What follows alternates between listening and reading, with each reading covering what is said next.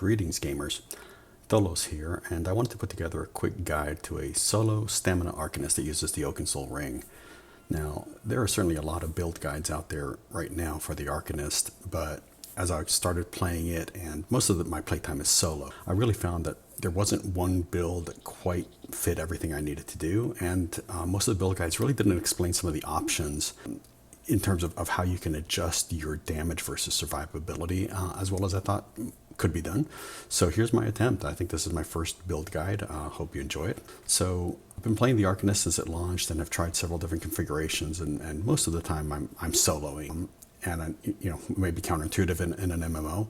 But if you ever have to kind of step away in the middle of the game and or get interrupted, and you don't want to disrupt other folk, then soloing is a really viable option in ESO. With the launch of the Arcanist, I think I've seen really stellar performance from a solo perspective. I have normally soloed on Magicka classes, right? So my Magicka Templar, Magicka Necromancer, Magicka Nightblade, and Magicka Sorcerer, obviously kind of top of the pack for soloing, but I have actually found superior performance with the Arcanist, so I wanted to kind of share what I have discovered through sort of various build attempts. So why the Arcanist, right? So if you haven't played it yet, if you don't have Necrom, it's a really interesting class. It has a very unique mechanic where it builds Crux, you can think of as combo points, and then you do a 4.5 second channeled beam attack. And if you've been in game, if you've been at Dolmen's and Alakir Desert, you have seen all these beams kind of flying all over the place. So that's the Arcanist's signature skill. It does a ton of damage, and it's a really interesting different mechanic. So to this point, I have usually soloed on Magicka classes. Magicka has tended to be better for soloing. They usually tend to have better heal skills that do heal and damage at the same time. And I have actually really found a flip with Arcanist. So I was initially tempted to play a high elf because they have a 5% reduction to damage while they're channeling. So this sounds like a great fit with the Arcanist beam skill, which is a channeled skill, so you get an additional damage reduction. I thought this would be really great for soloing. The problem is that the way the class is designed right now, the main spammable you want to use for a soloer is Kefaliarch's Flail, and that's a stamina skill.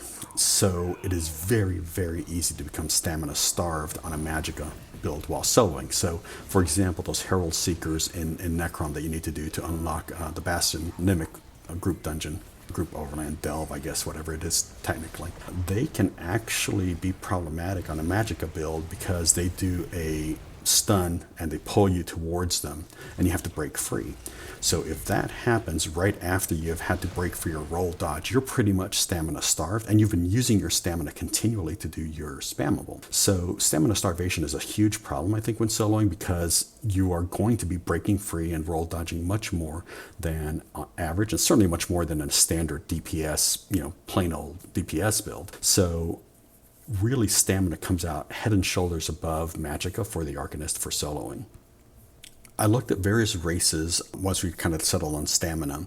So your usual suspects, right? So Dark Elf, Dunmer, and Khajiit are great for damage, but I have actually decided to go with Orsimer for my current solo build for a couple of reasons. So Orc and Khajiit are pretty much neck and neck in terms of their benefits. So Khajiit gives you a little bit more sustain because they have a recovery passive, and they give you some crit damage and crit healing, which is very nice, right? It's 12% crit damage, which really helps from a DPS and actually from a survivability to a certain extent, because your healing gets amped when it crits. But really what sold me on the Orc for this solo build was the passive healing while you're doing damage, right? So you get right around 2,000 health every 4 seconds. And, the length of that channel beam is 4 seconds. So if you think about it, we'll talk a little bit more about how this plays well with the skills. But during that time you're channeling, you are going to get a 2,000 hit point heal regardless. So that kind of sold me on Orsimer for solo. If you want to go Khajiit, I think there's nothing wrong with it, right? I think that the difference is going to be marginal at best. Dunmer, you get some flame resistance, which is situational to me. You don't get extra health, so I think I would put that at the bottom of the pack. If sustain is a problem for you, you could go Redguard, but again, you don't get any of these either benefits to kind of health or anything except stamina sustain, which is kind of the Redguard signature. Now, if you wanted to go Imperial, Nord, whatever, absolutely, go for it. It's whatever you want to play with. But really, for soloing, I really found a substantial difference playing the Orc. So for attributes, I'm putting 64 in stamina. If you find yourself dying a lot for whatever reason, I think there's better ways to handle it. But if you absolutely feel like you must, you could switch some of that to health. I think there are other things that you could do instead to increase your survivability, both in gear and in skills that we'll talk about. So I would always kind of advise go 64 in stamina to maximize the damage that you do. In terms of consumables, again, Oaken Soul really does most of the heavy lifting for you.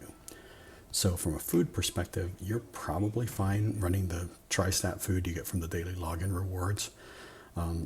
If you feel like you're struggling with sustain a little bit, you could certainly use Dubious Cameron Throne. That's a relatively affordable alternative. If you can afford it, the Artaeum Takeaway Broth adds a lot of stats across the board. But I mean, I think that's just an excess of cost that is really not worth it in the long run. There's other alternatives for kind of buffing yourself up to that point. Conversely, if you feel like your sustain is fine and you can maybe use heavy attacks to manage your sustain, then if you go with Bistat food, you actually get a huge chunk of health. You go up to like 5,000 health. So Bistat, health and stamina food, if you don't need the recovery, might actually be a very good option as well. From a potions perspective, it's really the same story, right? So your major brutality and your major savagery are taken care of, your minor force is taken care of. So really just tri-stat pots are what I tend to run. And just in terms of usage, you need to make a decision in terms of when to pop it, right? I think I would consider sort of the better practice to kind of keep them rolling through the encounter, because yes, there's a big restoration when you consume the potion, but it also triggers all of your recoveries as well, right? So to keep those rolling, that way when you have your damage shield up from Beam, you have passive recovery on health, magic, and stamina rolling from the potion, as opposed to saving it for kind of an oh crap moment. Popping the potion, yes, it'll bring your health back, but I would probably consider better to keep those recoveries rolling as much as possible. So my kind of baseline is when I get down about a third of my stamina, I'll start using the potion if I haven't already. There are passives in the crafting tree for alchemy if you don't have those that extend the duration of your potions, which I would highly recommend. And in the provisioning, there's ways to extend the duration of your food and drink as well, which those are great to just kind of reduce your cost as you're soloing. And in the green champion points tree, there's liquid efficiency, which will make a potion not get consumed. There's a chance of the potion not getting consumed when you use it. So those are helpful, but certainly not necessary. So talking about gear briefly, this is an Oaken Soul build, right? So if you haven't gotten it, this is a ring that forces you into a single bar setup, but it gives you a ton of buffs. So it fundamentally kind of feels like everything that you would have on your back bar in terms of defensive abilities are now kind of done for you automatically. You get those buffs automatically. It also gives you some of the major buffs that you get from your potions. So the kind of the major brutality, major savagery, minor force that you would get from Barbed Trap or Channeled Acceleration. Those are all given for you at a permanent all the time with the Oaken Soul ring. So it's a really, really nice addition. And to me, it synergizes really well with the Arcanist, because on the Arcanist, you want to be building Crux and spending it as quickly as possible. So really a 2-bar build where you're spending a lot of time on your back bar doing buffs, doing dots, whatever, is time that you are not on the front bar building Crux and getting ready to do the beam. So there is a really, really good synergy for the Arcanist with the Oaken Soul ring. And I think you'll see a lot of builds online that have both things. So there's this 1-bar builds with Oaken Soul for DPS. I mean, people are posting 100k parses with 1-bar builds, but those builds are not necessarily suited for soloing. So this is where I kind of diverge a little bit and talk about how we would use this for soloing. The Oaken Soul makes you very, very tanky. So in comparing my Khajiit 2-bar Arcanist build to my Orsimer 1-bar Oaken Soul build, the Orc is just much more tanky. You can feel it. You don't get kind of punished for missing buffs. You don't have to spend a lot of time thinking about healing and shielding. It is a much easier build, and I found it much more solo friendly. So that's kind of the given from the gear. From a ring perspective is the Oaken Soul from Antiquities. 1-piece Slime Crawl, which is your kind of best piece for, it has the highest budget of crit, a single piece. We use Deadly, which is PvP or guild vendors, 5 pieces of that. It really doesn't matter. You can mix and match however you want on your weapons, jewelry, or body. It really doesn't matter for these pieces since we're just on the 1-bar. Deadly is great because it enhances the damage of Beam, which is considered both an AoE and a dot. And it just kind of really amps your main damage. So Deadly's been very, very popular for Arcanists. Now, when we talk about the second 5-piece set, I want to offer a few choices. So, and I want you to think of this build as having sliders between maximum damage and maximum survivability with several stops in between, right? So I really, really like the flexibility that we can get with this build in terms of fine-tuning yourself for a specific encounter. If you're doing something easy, you can set the slider towards max damage. If you're doing something challenging, move towards the higher survivability, obviously sacrificing a little bit of damage. So this gear set is the first time that we are going to have this slider to switch around. And I would suggest one set would be Pillar of Nirn. That's going to be kind of your just max damage option, right? So Deadly plus Nirn is kind of the meta for Arcanist right now, and it does a significant amount of damage. So it gives you an extra dot on a proc from Pillar of Nirn. Moving a little bit towards survivability, I would put Briarheart as kind of the middle of the road. So the 5-piece on Briarheart gives you a proc for weapon and spell damage, and it also gives you kind of a heal over time, right? So a little bit less damage advantage, but that heal over time when you crit is really, really nice from Briarheart. So that's a really nice middle of the road option.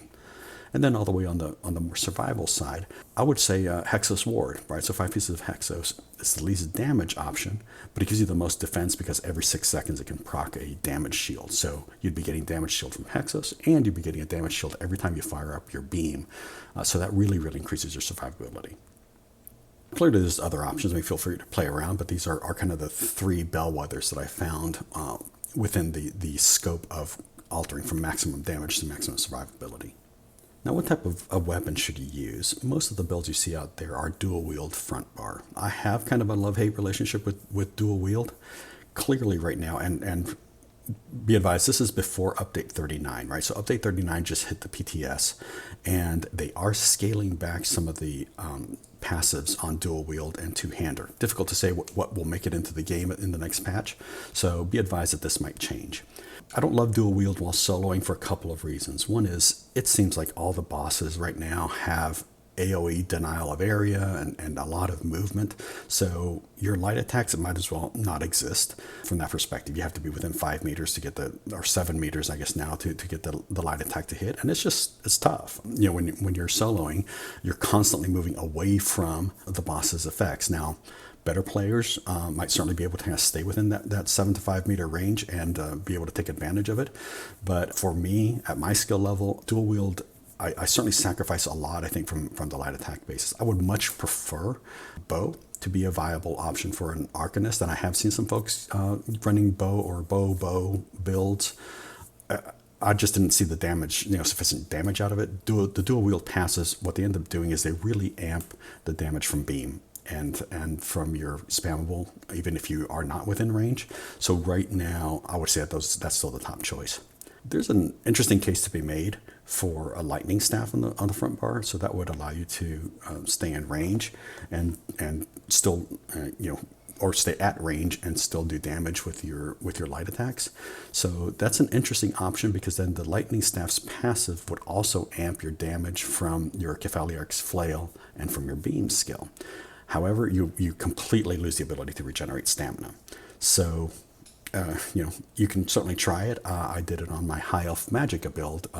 We mentioned earlier, I really, really liked it. I have not tried it on a stamina build yet, but since hybridization, there's absolutely no reason other than sustain to not use a lightning staff on the front bar. And pending changes on the PTS to see what comes out of update 39, it'll be interesting to see how the weapons rebalance. I would really love for bow to be more viable for this solo Arcanist build, and we'll just have to see where it lands after the next patch. For your Mundus, it's kind of a toss-up really. You can go Lover, which gives you more pen and increases your damage through that. Arcanist does have a nice little bit of passive pen, but nowhere near enough to get you, to the 9K-ish mark that gets you most overland content. And certainly nowhere near. I mean, you're not going to get near 18K without a group, unless you make really significant other sacrifices. But supposedly, Lover is the best when you're soloing because you are so under penetration. The other option there would be the Thief. It gives you more crit, and crit is just good overall. Right? Crit improves your damage. It's going to give you more shields, more heals. So right now I'm going with the Lover, but a case could certainly be made to go with the Thief. In the champion points, This may be a little bit different from what you're used to if you haven't played the Arcanist yet. So we're not really going to have sources of direct or single target damage. All of our skills are going to either be AoE or damage over time. So Kefalioric's Flail, the spammable, is an AoE, which is super nice. We'll talk about it a little bit more in the skills section. And the beam itself is both an AoE and a damage over time. So you want to pick your blue tree skills that will enhance those things. And so what I'm running right now is Fighting Finesse, which increases your crit damage and crit healing. Wrathful Strikes, which is straight up weapon damage. Biting Aura, which is your AoE damage boost. And Thaumaturge, which is a damage over time damage boost. You could substitute one of those for Reaving Blows if you're having trouble surviving, right? So Reaving Blows is a little bit like the Pale Order Ring. It heals you while you're doing damage if you need that for extra survival. I guess I would drop Fighting Finesse for that if I absolutely needed it, but I really haven't noticed any need for Reaving Blows on the build so far. If you're doing more difficult stuff, soloing veteran content, then you certainly might benefit from having that. So let's talk about the skills briefly. So we've mentioned a couple of these already. So the primary spammable is Kefalioric's Flail. So this does a whole bunch of stuff for you. It's an AoE. It doesn't immobilize on mobs that can be immobilized. Right? So it's mostly trash, right? When they're coming at you, you hit them with this and they will be immobilized for a few seconds. It puts an ink debuff, which increases your damage on anything it hits. And it builds Crux, which is this combo point mechanism for the Arcanist. So very important skill. It does a lot for you. And it actually heals you a little bit when it hits. So tremendous for soloing. The second skill is Recuperative Treatise. This does a number of things also for you as well, right? So it puts a passive buff on you. This is the first buff that it's irrelevant in the Oakensoul build, but if you have this on either bar, you get the Major Brutality. I guess Major Sorcery, I think, from the Magicka side, regardless of what bar you're on, which is really interesting. You're going to be seeing more of that after Update 39. It is kind of a Crux builder in that as long as this buff is running, when you consume all your Crux, it will automatically generate one. And it's important, right? So this just changes from you having to do 3 flails before you can do a full power beam to just doing 2, and you'll be back up at 3 full Crux ready for beam. So really important, really valuable skill. It also helps you sustain a little bit. This particular morph does. If you wanted to go, if you feel like you're okay on sustain, you can go with the other morph of it, which increases the damage. So again, on the sliders of damage to survivability, I like to stay on Recuperative Treatise just to make sure that my sustain is good, but a case could certainly be made for the other morph to increase damage. In spot 3, this is what I consider a damage over time flex. Most of the builds you see online put Deadly Cloak here. Deadly Cloak is interesting because it does, it's AoE damage and AoE mitigation. It comes from the dual wield skill line. The problem that I have with it, it's again this 5-meter radius, right? So you have to be right on top of the boss, and the second you kind of get away from it, you're losing dot ticks. So is it even worth having on there? And as much as I kind of move around when I'm soloing, I just don't feel like I get enough uptime on the dot to say this must be in that spot. Now, it does have an AoE mitigation component, which is very nice while soloing. So there's certainly a case to be made for having Deadly Cloak on your bar. What are the alternatives? You could put Barb Trap there. You don't need Minor Force because you already have it from Oakensoul, but it's a very nice bleed, and it will give you passive extra damage because of the Fighter's Guild passes, right? So Barb Trap could be an interesting possibility there. The other thing, and what I'm running presently, is actually Structured Entropy from the Mage's Guild line. So Structured Entropy is interesting to me because it's a dot and a heal over time. Now, it's single target, right? So it's definitely not going to be as advantageous in AoE scenarios as Deadly Cloak. But on the other hand, it adds a little bit more healing when you're soloing, and particularly for boss encounters, I found this very nice. And actually even for trash, right? A lot of the trash packs, for example, in Bastion Mimic, there's a heavier hitting mob and then a bunch of lighter trash. So if you put that on the heavier hitting mob, you're getting healed a little bit and doing a little bit more damage to them. So I've actually liked it a lot. I also like it because it's a Magicka skill, right? So in this new kind of hybrid world, consuming Magicka for this third slot is going to help our sustain and survivability by giving us more stamina to play with. So I've been very pleased with using Structured Entropy, but again, there's a lot of options for this slot. In slot 4, we have Pragmatic Fate Carver. This is the beam. There are, again, 2 morphs of it, but for soloing, the Pragmatic is really almost the only way to go because it's channel damage and gives you a damage shield when you fire it. So the survivability is through the roof, and it just kind of melts faces all over the place. You want to be strategic in using it because the beam's range is actually pretty long. So always kind of be moving to align adds and bosses, or if you have multiple bosses that are up, always try to line stuff up because the beam will shoot through all of them and damage all of them. So the amount of damage that you can put out with this is really high. You only want to use it, I would say, when you have 3 crux up. The damage is really significantly amped by the number of crux you consume, and it only takes 2 flails to get you back up to 3 crux if you have Treatise running. So I would always try to use it on 3 crux. You'll get a visual indication on your bar when it's fully charged. The icon will glow. And the last spot is another flex. So you can do a number of things in this spot, and again, this is how we fine-tune damage versus survivability. My default option here is Camouflage Hunter for Fighter Skill passive bonus. So you wouldn't use it. You don't really need the Savagery buff because you already get it from Oakensoul, but it's a nice boost to your damage just through a Fighter Skill passive. You could put Barb Trap there instead. Any Fighter skill is going to boost you passively, and you would have the option to use Barb Trap if you really wanted to. Other things you could put there, you could put Fulminating Rune from the Arcanist's damage skill tree for an extra dot.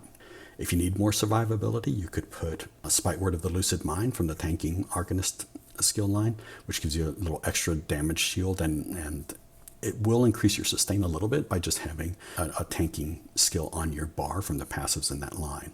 You could put Evolving Rune Mend from the Arcanist healing line to just have kind of an emergency heal there. So again, it really depends on your situation. I have really not had any trouble just having Camouflage Hunter there for the passive fighter skill bonus.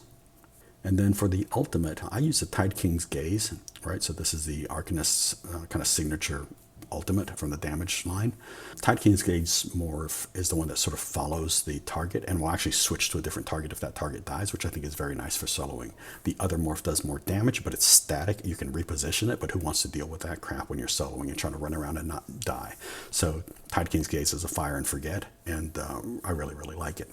If you wanted to do something else, I guess the only thing that I can think of that you could put there is put Flawless Dawnbreaker from the Fighters Guild line. So that would again give you kind of an extra amp to all of your skills, but it's a less powerful ultimate and it's positional, right? So it just kind of goes on the ground and that's kind of it.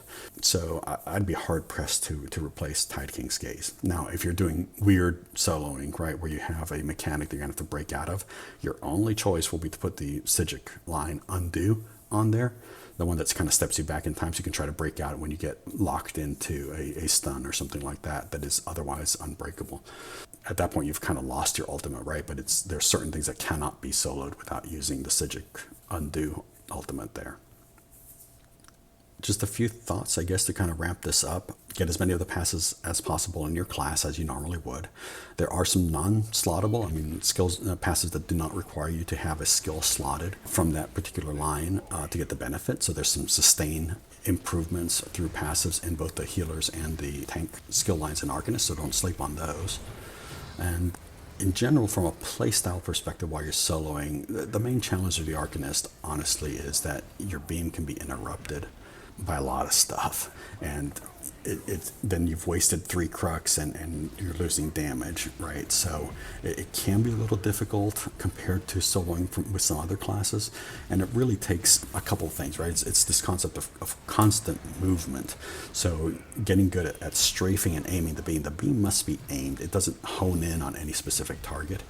So you're constantly aiming, so using your mouse and movement to strafe around the target and keeping the beam on then is the primary movement skill that I think I would develop with the Arcanist while soloing.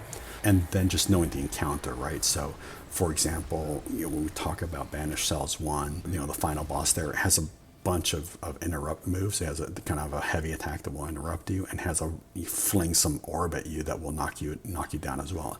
Incredibly frustrating when you're on an Arcanist trying to solo it. So I think just kind of being cognizant of when those boss mechanics are going to hit, so that you can maybe hold off your beam for a second, right? Certainly wouldn't hurt anything to go ahead and renew your buff, renew your dot, maybe even hit them with another flail if you know that in 1 or 2 seconds you're going to get an interrupt skill. And that's just a matter of kind of learning each encounter.